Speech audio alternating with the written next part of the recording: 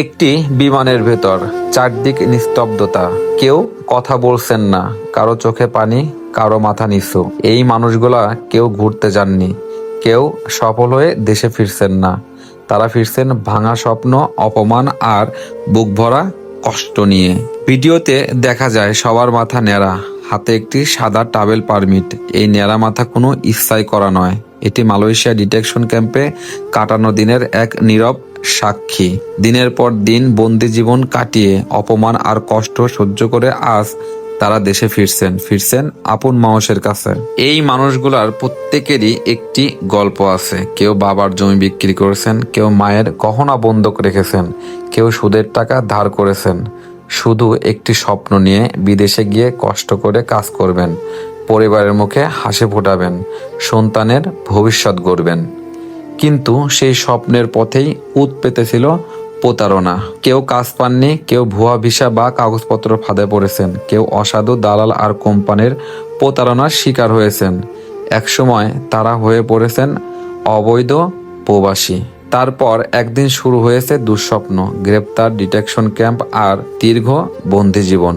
3 মাস, 4 মাস, 5 মাস লোহার গেটের ভেতরে কেটেছে অসহায় সময়। পরিবার জানতো না তাদের ছেলে, স্বামী বা বাবা কেমন আছেন, আর তারা প্রতিদিন অপেক্ষা করছেন কবে মুক্তি পাবেন, কবে আবার আপনজনের মুখ দেখবেন।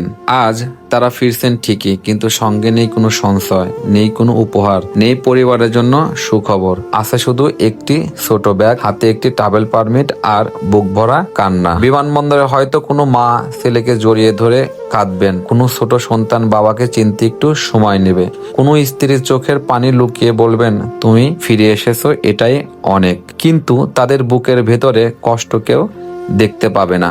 সবচেয়ে বড় প্রশ্ন হলো এখন কি হবে তাদের? যে ঋণ করে বিদেশে গিয়েছিলেন, সেই ঋণ কে শোধ করবেন? যে পরিবার প্রতিদিন অপেক্ষা করছে সুখবরের জন্য, তাদের সামনে কি উত্তর দিবেন?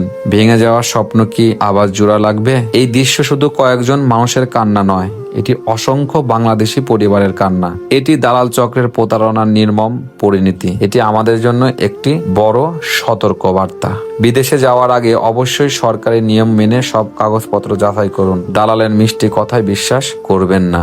অবৈধ বা সন্দেহজনক কোনো পথে বিদেশে যাওয়ার চেষ্টা করবেন না। কারণ বিদেশে যাওয়ার স্বপ্ন সুন্দর, কিন্তু ভুল পথে সেই স্বপ্নের শেষ হতে পারে জেলখানায়, ডিটেকশন ক্যাম্পে, আর একদিন শূন্য হাতে চোখ ভরা অশ্রু নিয়ে নির্দেশে ফিরে আসায়। আসুন যারা প্রতারণার শিকার হয়ে ফিরছেন তাদের পাশে দাঁড়াই আর দোয়া করি কোনো মায়ের সন্তান, কোনো স্ত্রীর স্বামী, কোনো শিশুর বাবা যেন আর এভাবে ভাঙা স্বপ্ন নিয়ে দেশে ফিরতে না হয়।